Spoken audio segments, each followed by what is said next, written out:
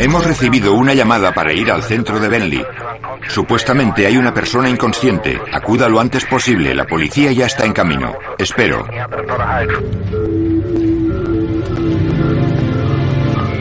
La serie de llamadas anónimas solo era el principio. Había sangre por todas partes. No solo en ese lado del coche, sino también en el otro y en el maletero. En este caso de asesinato, la policía se enfrentaría a un muro de silencio y un clima de terror. Había alguien delante de mí diciendo: has visto demasiado, has visto demasiado. Eso pondría a prueba su paciencia y experiencia. Tiene muy malos recuerdos de lo que ocurrió esa noche. Había testigos importantes fuera de lo que se describió como el vehículo asesino. Al finalizar el día tendrían que tomar una decisión, decir de qué lado querían estar. Para seguir avanzando necesitábamos pruebas fehacientes. Le comenté a mi compañero que creía que ese hombre nos entregaría al asesino. Me dijo: date la vuelta, y eso es lo que hice. Y luego añadió: de rodillas, ¿vale? Y me puse de rodillas.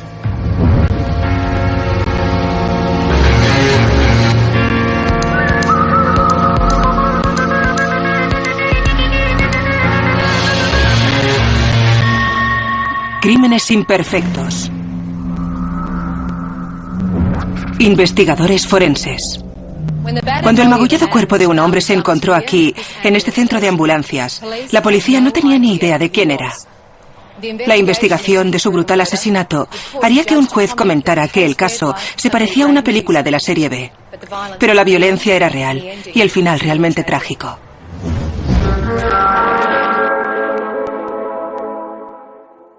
La policía acudió al centro de ambulancias de Bentley debido a un gran número de llamadas que se habían hecho a dicho centro. La ambulancia de Bentley estaba atendiendo otra emergencia y la policía de Bentley envió un coche patrulla al centro de ambulancias. Centro de ambulancias, rota al habla. Amigo, aquí Mark, de la comisaría de Bentley. Estoy enfrente del centro de ambulancias de Bentley. Tío, necesitamos una ambulancia aquí lo antes posible. Este tipo tiene unas terribles heridas en la cabeza, tío. Está muerto, le falta poco. Cuando llegué, la escena del crimen ya había sido acordonada por los agentes que habían respondido a la llamada. Cerca de la entrada principal del centro de ambulancias se encontraba el cuerpo de un hombre evidentemente muerto, profusamente tatuado y cubierto de sangre con heridas muy visibles. Anteriormente había investigado casos de agresiones, algunas muy serias, pero las heridas de ese hombre eran escalofriantes. Probablemente la mayor cantidad de heridas y las más horribles que hasta ese momento hubiera visto.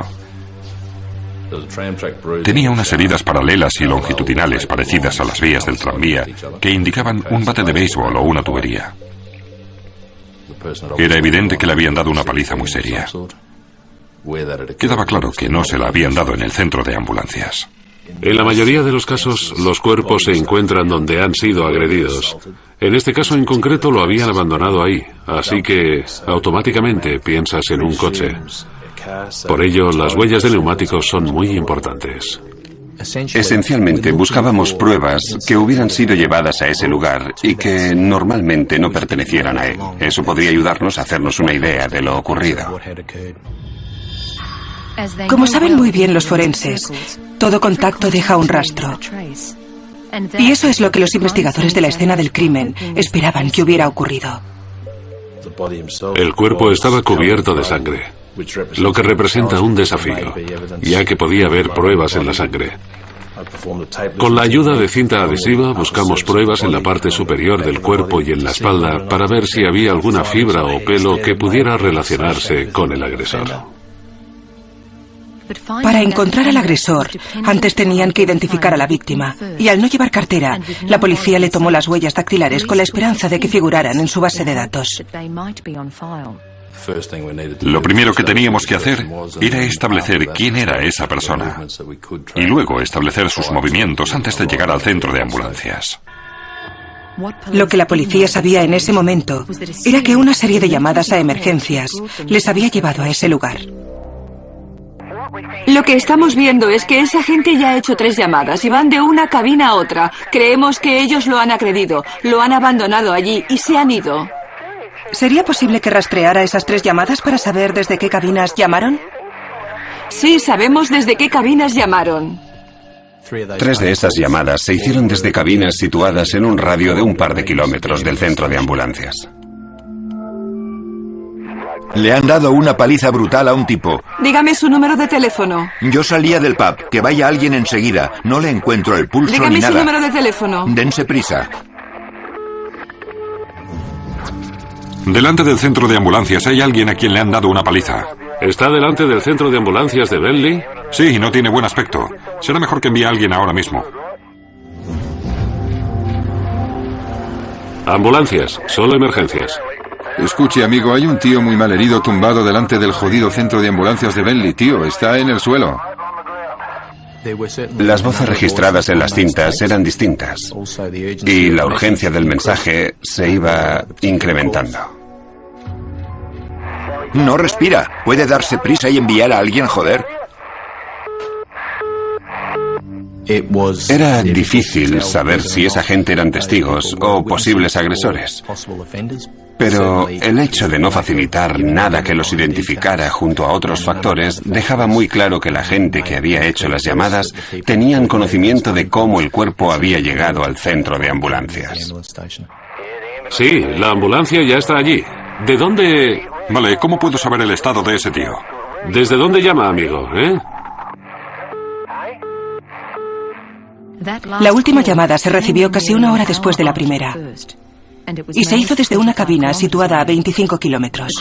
El equipo de investigadores tenía que actuar con rapidez. Las cabinas telefónicas estaban llenas de huellas en las puertas, los auriculares y el cristal de las mismas. Encontramos varias huellas de neumáticos y de zapatos. Había gran cantidad de colillas y cualquiera de ellas podía tener el ADN del agresor. Mientras las potenciales pruebas eran recogidas en la escena del crimen, se identificaron las huellas del cadáver. 1 hora y media después, el departamento de huellas había identificado al hombre muerto. Se llamaba Daryl Lewis. Daryl Lewis era un delincuente de poca monta, pero los antecedentes delictivos de ese hombre de 34 años no eran violentos, a diferencia de su muerte. En ese momento de la investigación nos resultaba difícil saber qué habría hecho Daryl para que le dieran una paliza de muerte. La ambulancia estaba atendiendo otra emergencia cuando la víctima fue abandonada delante del centro de ambulancias. La víctima había sido identificada como Daryl Lewis.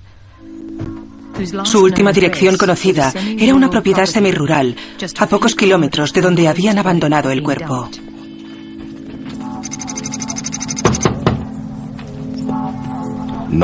Llamamos a la puerta. Un hombre la abrió y habló con nosotros. Le preguntamos si sabía dónde estaba Daryl Lewis y se mostró muy vago en su respuesta. No, lo cierto es que no sé dónde está. Entonces le dije que teníamos malas noticias, que habían encontrado el cadáver de Daryl Lewis. Nos respondió de la forma más extraña. Oh, vale. Era evidente para mí que la persona con la que estaba hablando tenía conocimiento de que algo le había sucedido a Daryl Lewis. Luego nos dijo que esperáramos un momento porque iba a buscar a alguien con quien deberíamos hablar. Me dije a mí mismo, y creo que se lo comenté a mi compañero, que creía que ese hombre nos entregaría al asesino. De hecho, cuando volvió a abrir la puerta, junto a él había otro hombre y era evidente que a ese también le habían agredido. Ese hombre era Scott Lewis y no se encontraba muy bien. Entramos en la casa. Nada más formular la primera pregunta, vi que estaba a punto de desmayarse. Así que le dije que se relajara y pedí una ambulancia. En cuanto llegó, atendieron a Scott y se lo llevaron. En ese momento no sabía a qué nos enfrentábamos porque teníamos un muerto en el centro de ambulancias y otro hombre agredido brutalmente. Así que teníamos 2 casos que debíamos investigar. Y además el tercer hombre llamado Schultz, quien evidentemente tenía conocimiento de lo ocurrido, aunque se mostraba muy evasivo en lo que tenía intención de contarnos. En ese momento fuimos conscientes de que teníamos mucho trabajo por delante. La casa estaba desordenada. Hasta había muebles rotos. Las manchas de sangre estaban por toda la casa. Encontré una huella latente de la suela de un zapato en la tapa de un congelador tipo arcón, y justo encima de este había una trampilla que daba acceso a la buhardilla. Miré allí y vi otras huellas de zapato, similares a la del congelador, lo que me permitió deducir que alguien había subido a la buhardilla. Quedaba claro que los intrusos habían registrado la casa, pero ¿por qué? Paul Schulz no le proporcionaba información a la policía, pero fuera, un coche cubierto de sangre llamó su atención. Fuera en el jardín había un Holden Commodore blanco. Al mirar en su interior vimos gran cantidad de sangre en el asiento trasero. Había sangre por todas partes, no solo en ese lado del coche, sino también en el otro y en el maletero. Cualquiera que no tuviera experiencia en este trabajo se sentiría abrumado por el patrón de la sangre, porque había sangre por todas partes. Era lo que nosotros denominamos salpicaduras de sangre por impacto. O sea, cuando la sangre ha sido proyectada. También había de contacto, aquellas que probablemente provienen de un objeto cubierto de sangre que entra en contacto con algo. Y también las clásicas que se forman cuando un arma como un bate de béisbol manchado de sangre es movido con fuerza. Lo que pudimos deducir es que tuvo una agresión o agresiones muy violentas muy cerca del Commodore blanco. Ese coche blanco era propiedad de la víctima, y su interior, bañado en sangre, suscitó muchas preguntas. Cuando se lo llevaban para examinarlo, el equipo buscó otras pistas para saber quién había estado allí esa noche. Había muchas prendas ensangrentadas, huellas de zapatos, de neumáticos y señales de lucha. Mientras caminaba por la terraza, vi una colilla. Por allí no había más colillas, solo esta. Por lo que me pareció que podía ser muy significativo. Se encontró un guante de látex junto al camino de entrada por Lens Road, que también fue utilizado como prueba.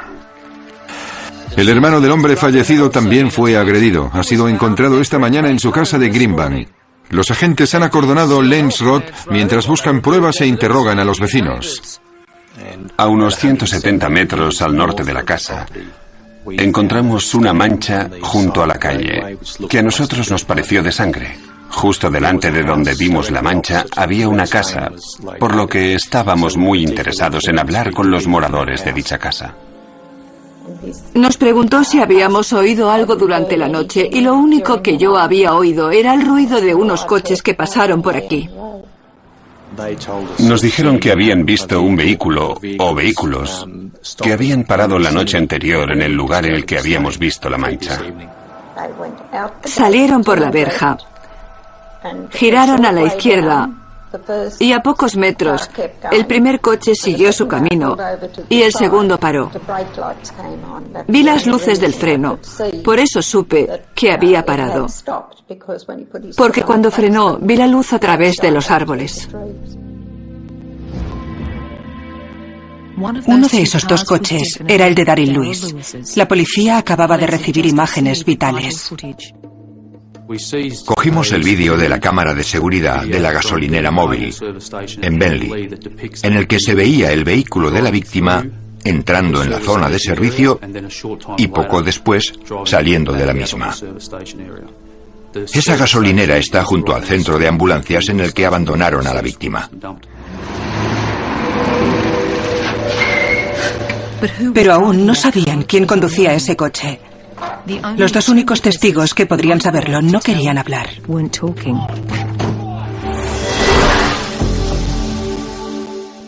Scott Lewis seguía en el hospital debido a la brutal agresión. Paul Schulz temía hablar con la policía tras lo ocurrido. Tenía miedo de lo que había sucedido, y eso nos indicó que los responsables sabían dónde encontrarle y le habían amenazado.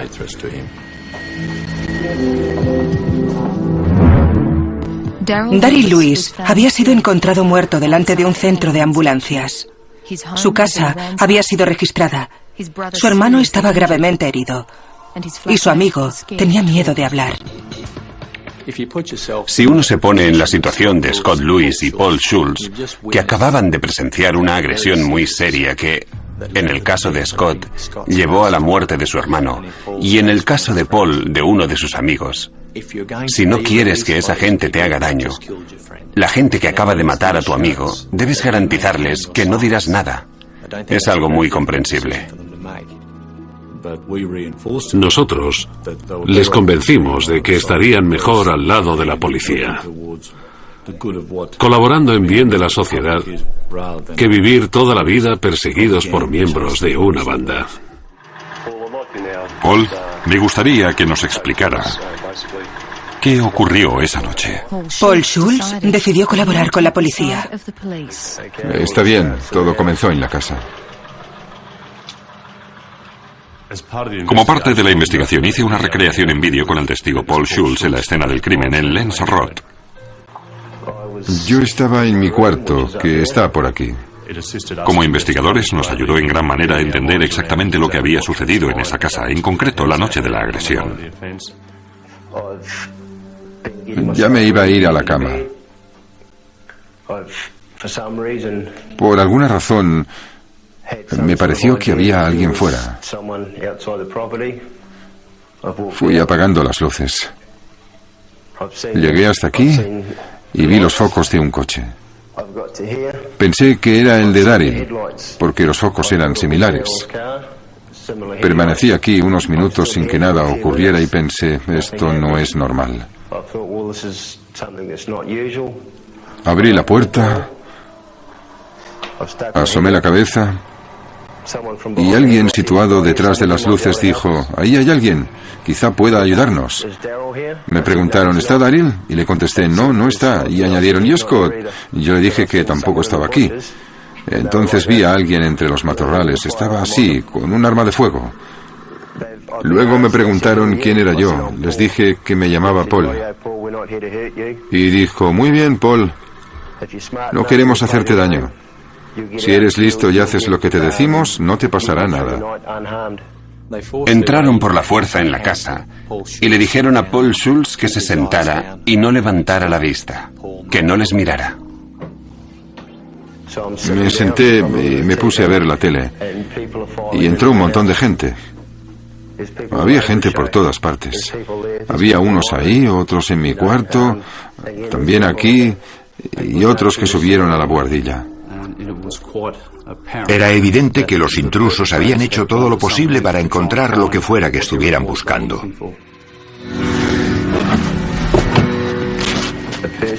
Un tipo me advirtió de lo que estaba ocurriendo y que implicaba a los tíos con los que compartía la casa. Me dijo que tenían problemas y que había gente que quería darles una lección. Me recomendaron que me largara de aquí, porque era posible que los siguientes que vinieran se cargaran a todo el mundo. Más o menos eso es lo que dijeron. Seguí con los ojos fijos en la tele como me habían dicho y pasó algún tiempo hasta que llegó otro coche. Todos los que estaban en la casa salieron por esa puerta. Y el tío que estaba detrás de mí se dirigió a esa puerta y ahí se quedó mirando hacia afuera. ¿Qué es lo que queréis? Mientras estaba sentado aquí, oí que le estaban dando una paliza a alguien en el jardín de atrás. Duró bastante tiempo, me hicieron mucho ruido. Unos tíos entraron por la puerta y dijeron, bien, nos largamos, él viene con nosotros. Y me señaló a mí. A mí me sacaron hasta aquí. Vi que algo se movía y eran las piernas de Daryl. Se desplomó así. En un segundo había alguien delante de mí. Llevaba la camisa así y me amenazaba con un bate de béisbol y me decía, has visto demasiado, has visto demasiado. Vale, yo estaba aquí así y le dije, no he visto nada, no he visto nada. Y él me dijo, date la vuelta. Y eso es lo que hice. Y luego añadió, de rodillas, ¿vale? Y me puse de rodillas. Lo hice y ya no oí nada más. Estuve aquí unos 5 minutos, supongo.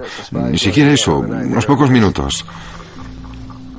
Me dijeron que me levantara. El coche estaba más o menos donde está ahora, pero más en paralelo a la casa. Abrieron la puerta y me metieron dentro. Me dijeron que permaneciera sentado mirando hacia abajo. Metieron a Daryl lo mejor que pudieron en el asiento trasero. La cabeza le quedaba detrás del asiento del conductor, donde yo tenía los pies. Aparté los pies y al hacerlo me cayeron las chancletas y allí se quedaron. En el segundo vehículo iba Scott Lewis. Entonces, ambos coches salieron de la propiedad. Paul nos dijo que Darryl Lewis continuó luchando a pesar de que le sujetaban en el suelo de la parte trasera del Commodore blanco. Y a poca distancia, en la carretera donde nosotros encontramos la mancha de sangre, el vehículo paró y sacaron a Darryl para que se calmara. Mientras Schultz estaba en el coche, esos tipos le dijeron que mantuviera la cabeza agachada y no mirara a nadie. Especialmente que no les mirara la cara ni lo que estaba sucediendo. Evidentemente para que no pudiera decir nada que ayudara a identificarles. Paul Schultz nos dijo que una vez volvieron a meter a Darryl en el coche, este parecía más tranquilo. Su estado físico iba deteriorándose rápidamente. Empezó a respirar entrecortadamente hasta que dejó de respirar. Paul le dijo al conductor del vehículo y a los otros ocupantes que Darryl estaba muy mal.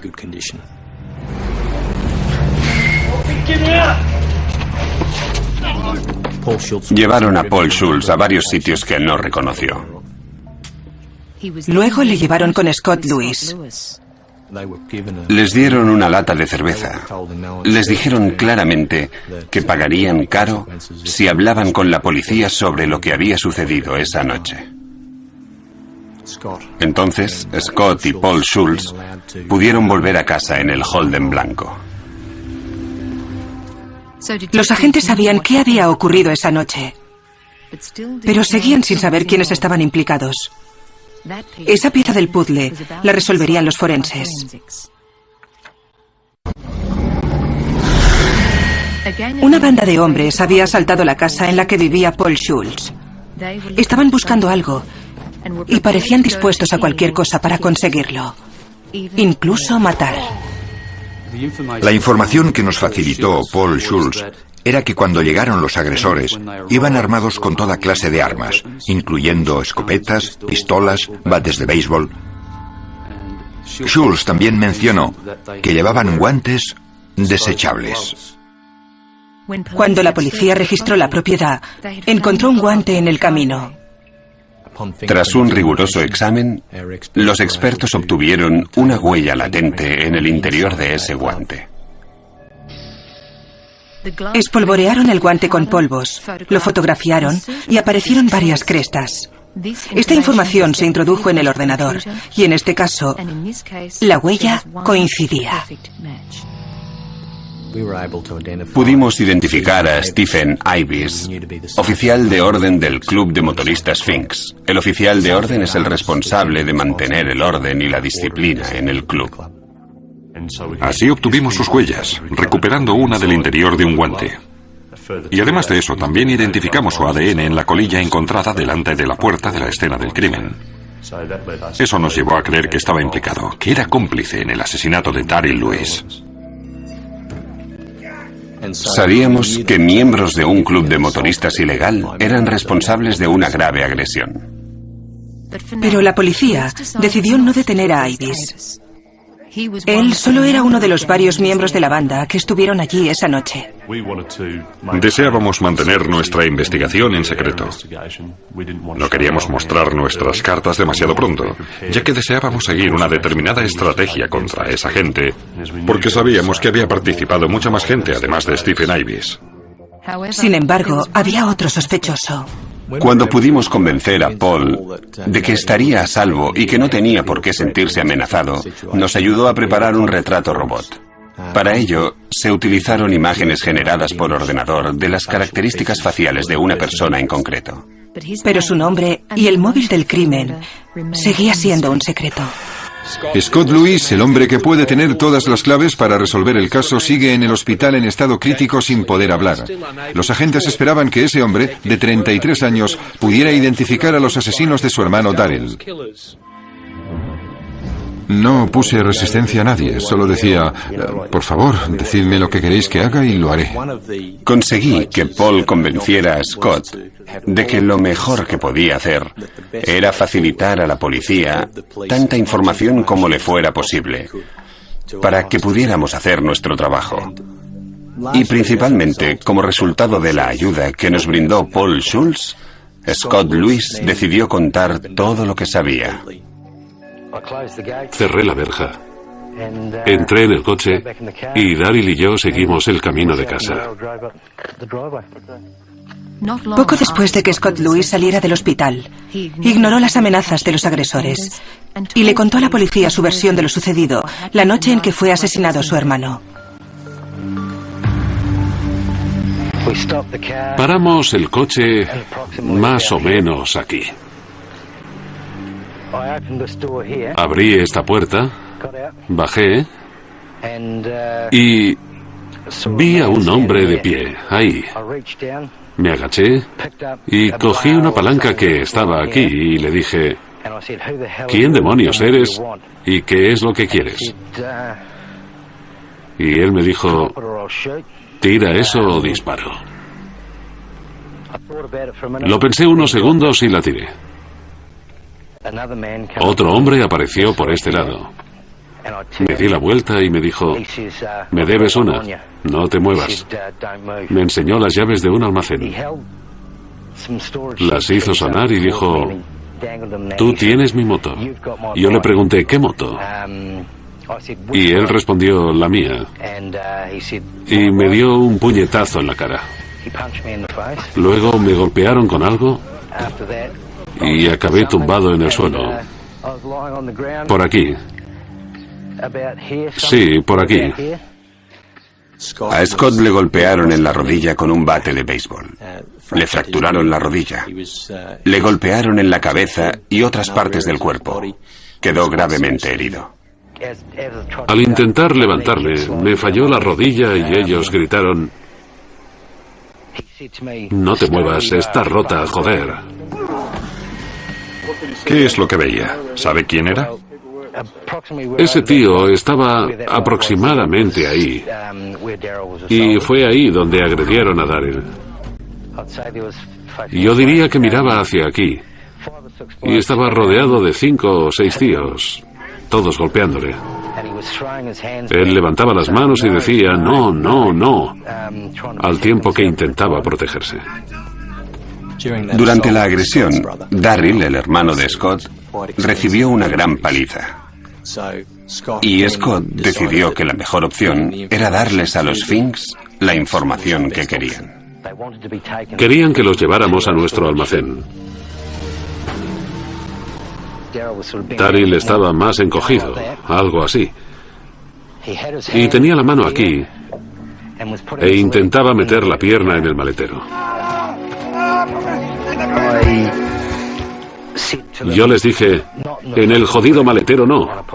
Puse la mano aquí y cerré el maletero con fuerza. Como sabemos, a Daryl lo metieron en el coche con Paul Schultz. En el mismo coche iban 3 miembros de los Finks. Scott les siguió en otro coche, pero ninguno de los vehículos llegó al almacén.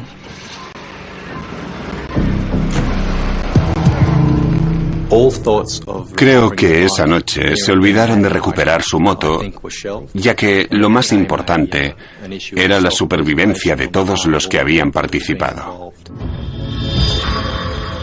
Los investigadores estaban seguros de tener el móvil del asesinato de Daryl Lewis, pero necesitaban averiguar de quién era la moto y dónde estaba. Scott Lewis por fin reveló la dirección: un almacén a media hora en coche de su casa. Una vez dispusimos de esa información, pedimos una orden de registro para el almacén y vimos las piezas de la moto que se guardaban en ese almacén. Esas piezas fueron vitales para la información porque eran el desencadenante de lo ocurrido.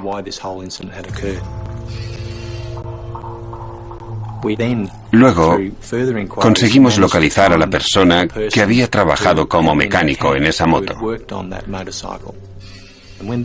Cuando esa persona vio las piezas en comisaría, pudo decir, por ciertas marcas y características, que esas piezas eran de la moto con la que él había trabajado y que pertenecía al presidente de hecho de los Sphinx, Stephen Cranney.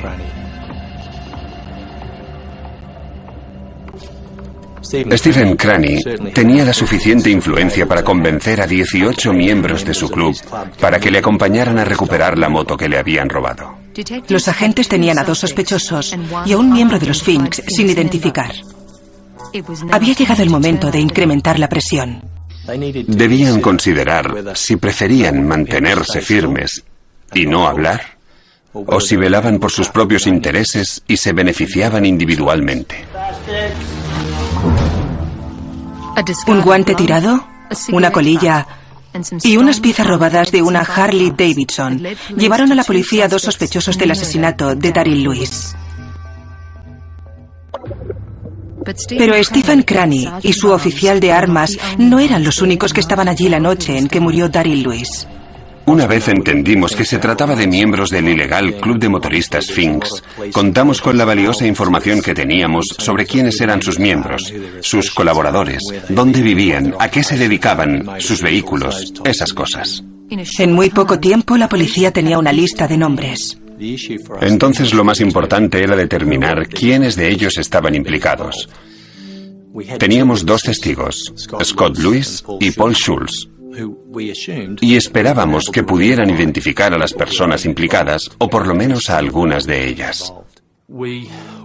Siempre creímos que los sospechosos no colaborarían con la policía. La posibilidad de que participaran en una rueda de reconocimiento era muy remota. Así que lo mejor era crearla nosotros mismos. Gracias a varias fuentes, la policía obtuvo imágenes de los Sphinx y otros clubes de moteros, también ilegales, y sus miembros, en un hotel. Paul Schultz y Scott Lewis pudieron identificar a ciertos miembros, incluyendo a los 2 sospechosos conocidos, Stephen Cranney y Steve Ives. Había llegado el momento de detener a las personas que sabíamos que podíamos probar que habían participado en el asesinato. Unos pesados mazos como única tarjeta de visita y 50 coches que salieron de la comisaría de policía de Logan, todos con el objetivo de llevar a cabo una redada al amanecer, todos esperando la llamada por radio que les diera la orden de actuar. Creemos que una Harley Davidson robada es el móvil del asesinato, la causa de su muerte. La moto era propiedad de la banda de moteros Sphinx. La policía cree que el asesinato fue una venganza. Hoy han registrado la sede de su club. Un miembro de la banda ha sido detenido, acusado de asesinato. Se trata de Jeffrey Lloyd Nelson, de 41 años, de Southport. La policía está interrogando a docenas de ellos. Fue una operación a gran escala. Numerosas casas de miembros de los Sphinx y colaboradores fueron registradas. Se incautaron armas de fuego, así como diversos objetos utilizados como armas, tales como bates de béisbol y palos de hockey. Tras la ejecución de la orden de registro se les incautó todo ello. Como resultado de estas primeras redadas, detuvimos a 4 personas: Stephen Cranney, Jeff Nelson, Mark Gibson y Steve Ives. La detención de esos 4 hombres por asesinato y otros delitos solo fue el principio.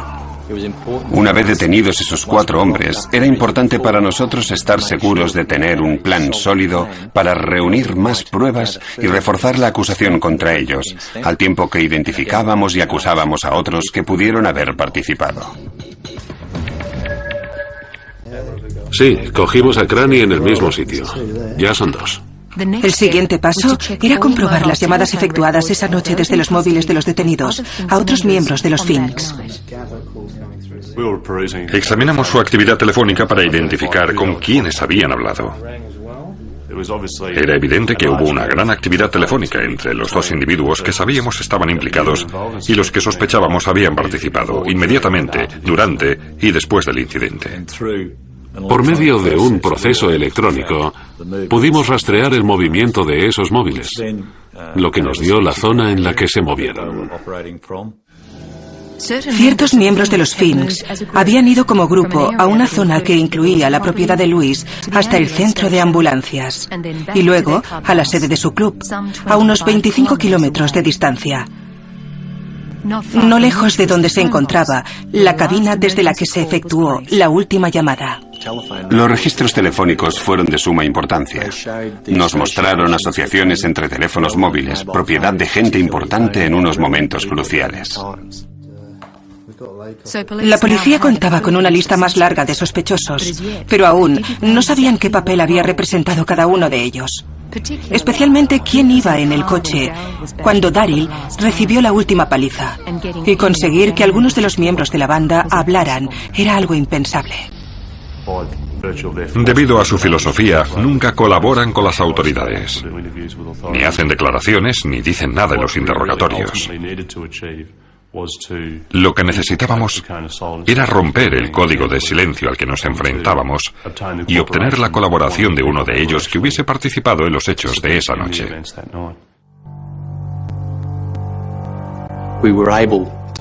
Pudimos presionar más a los que habíamos detenido porque sabían que se enfrentaban a unos cargos por asesinato. Les hicimos la siguiente oferta. Si alguien nos contaba la historia real de lo ocurrido esa noche, eso sería algo que se tendría en consideración a la hora de dictar sentencia, dependiendo de cuál hubiera sido su papel en los hechos.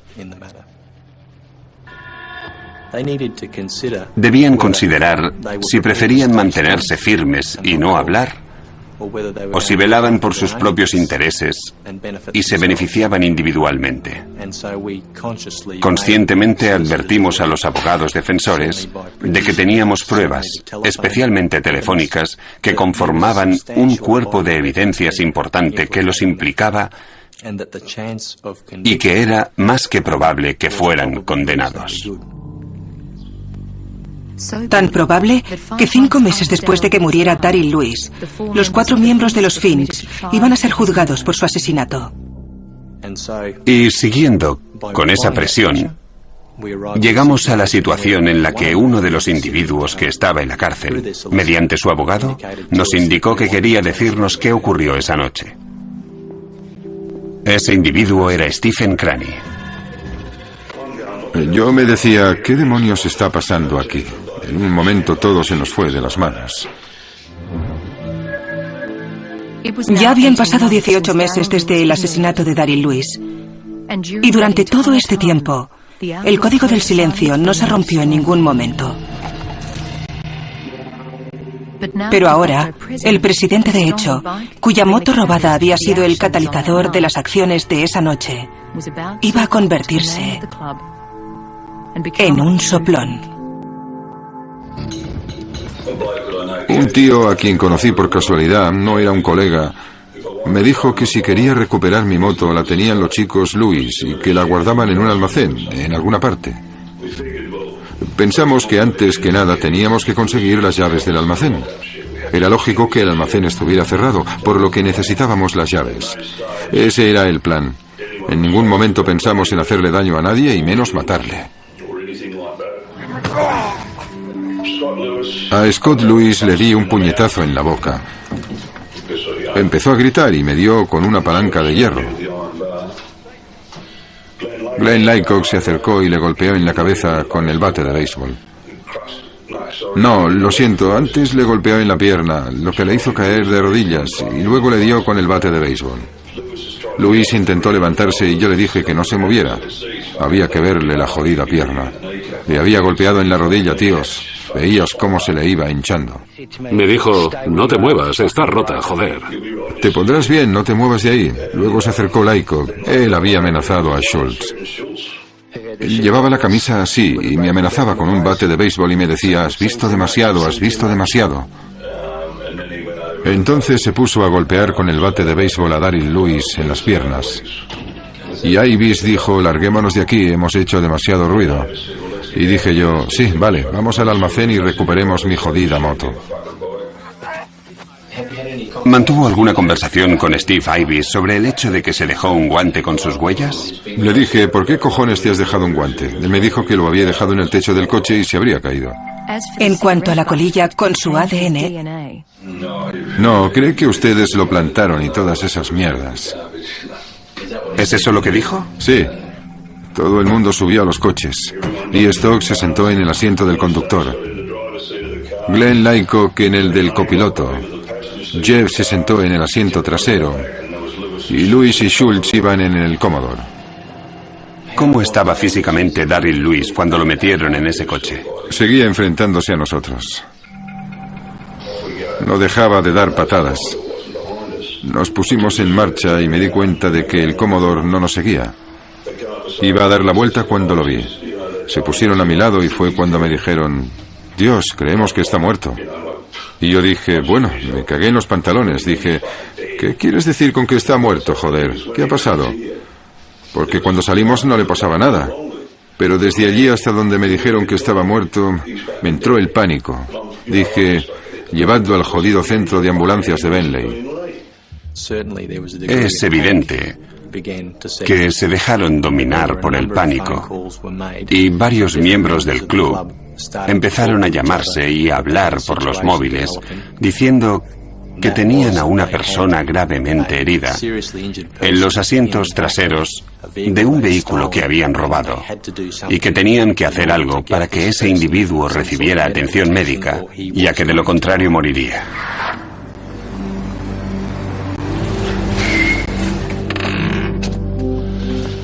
Antes de darme cuenta ya estaban de vuelta en mi casa. Me dijeron que el centro de ambulancias estaba cerrado y que le habían dejado delante, habían llamado a la puerta y habían telefoneado a emergencias. Entonces subí a mi coche y pasé por delante del centro de ambulancias de Bentley y no vi a nadie. Todo estaba muy oscuro. Yo mismo llamé a emergencias. Ambulancias, solo emergencias. Escuche, amigo, hay un tío muy malherido tumbado delante del jodido centro de ambulancias de Bentley, tío. Está en el suelo. Esa grabación que tienen soy yo cuando llamé. Luego volví a mi casa. No dejaba de decir, ¿qué demonios está pasando aquí? En un momento todo se nos ha ido de las manos. No sé qué hacía ahí fuera del coche. Cuando yo salí de la casa respiraba, joder. ¿Cuándo se enteró que lo habían sacado del coche? Cuando llegamos a mi casa, Jeff me lo dijo. Lo que entonces me dijeron es que Laycock lo había sacado a rastras y lo había llevado hasta la parte trasera del coche. ¿Recuerda cuáles fueron sus palabras? Me lo he cargado con el bate de béisbol. Entiendo. ¿Laycock dijo algo en respuesta a eso? La verdad es que no. Stephen Cranney le dijo a la policía que Glenn Laycock le había dado los golpes mortales y que él no estaba en el coche cuando eso ocurrió. La policía necesitaba un motero que les facilitara pruebas.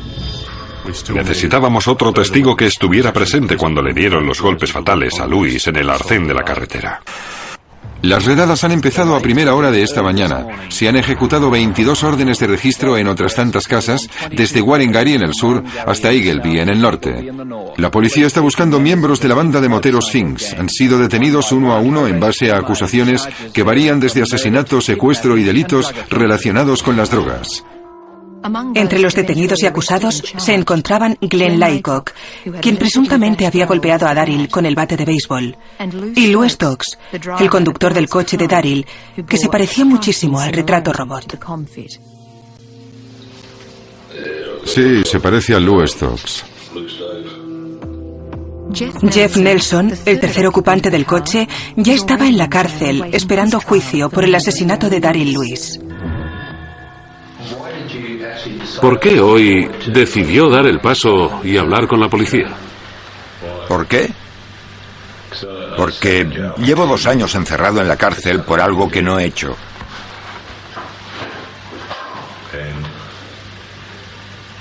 Fue un accidente.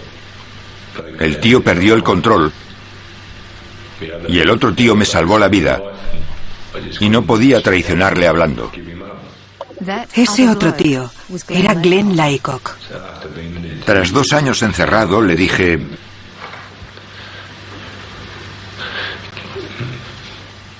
Los 2 miembros de los Sphinx eran amigos desde hacía 13 años. Tómese su tiempo. Le dije que sería mejor que contara la verdad, pero tenía demasiado miedo para hacerlo. Nosotros, como equipo investigador, nos alegramos de que Nelson cooperara con las autoridades. Él podía proporcionarnos pruebas y un testimonio directo de lo que había presenciado en el arcén de la carretera y de las acciones de Laycock cuando mató a Louis. Nosotros conducíamos y Darryl se volvió loco. El coche se paró y yo intenté coger la manecilla para bajar del coche, pero él se me echó encima. Luego Glenn salió y me lo quitó de encima y le dio un par de golpes en la cabeza con el bate de béisbol.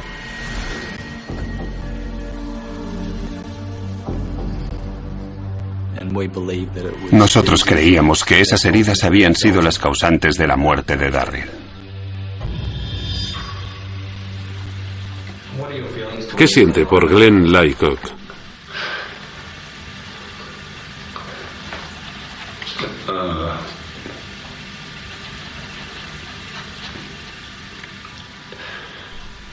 No lo sé. Me cabrea que no dijera nada antes. Entiendo. Jeffrey Nelson ha sido condenado hoy a 9 años, tras declararse culpable de homicidio y del delito de privación de libertad. Tómese su tiempo. El Tribunal Supremo ha declarado que Nelson se peleó con Darryl, pero que no era el motero que golpeó repetida y cruelmente hasta dejar inconsciente al hombre de 34 años. ¿Quiere un vaso de agua o algo? No, estoy bien. Jeff Nelson pasó a ser testigo de la corona debido en parte a su estado de salud. Tras cumplir la sentencia mínima de 2 años y medio, fue puesto en libertad. Falleció poco después. Al final, Laycock fue condenado por asesinato. Lou Stokes, el conductor del coche, fue condenado por homicidio sin premeditación. Los cargos por asesinato contra Stephen Cranney fueron retirados. Él y otros 5 miembros de los Sphinx fueron condenados por varios delitos, graves daños corporales, privación de libertad y allanamiento de morada. En la actualidad, los 6 gozan de libertad. Creo que obtuvimos un buen resultado. Como equipo de investigadores, siempre es bueno contar con pruebas forenses que corroboren los testimonios de los testigos de una investigación, y todo ello coincidiendo con la información que se haya utilizado y analizado en dicha investigación. Es difícil conseguir condenas contra miembros de bandas ilegales de moteros debido al factor miedo. Que nosotros obtuviéramos unos resultados tan buenos y que las condenas fueran bastante largas representó un magnífico resultado para los representantes de la ley. De no haber sido por el puto Laycock, nada de esta mierda habría pasado. Al recordar este caso en concreto, es difícil no reparar en el hecho de que algunas personas están dispuestas a matar a otra por una moto. No creo que los antecedentes de dicha persona, ni la clase de hombre que fuera la víctima en este caso en concreto, tenga importancia. Lo importante es que un grupo de individuos estaba dispuesto a cobrarse una vida humana para recuperar una moto robada.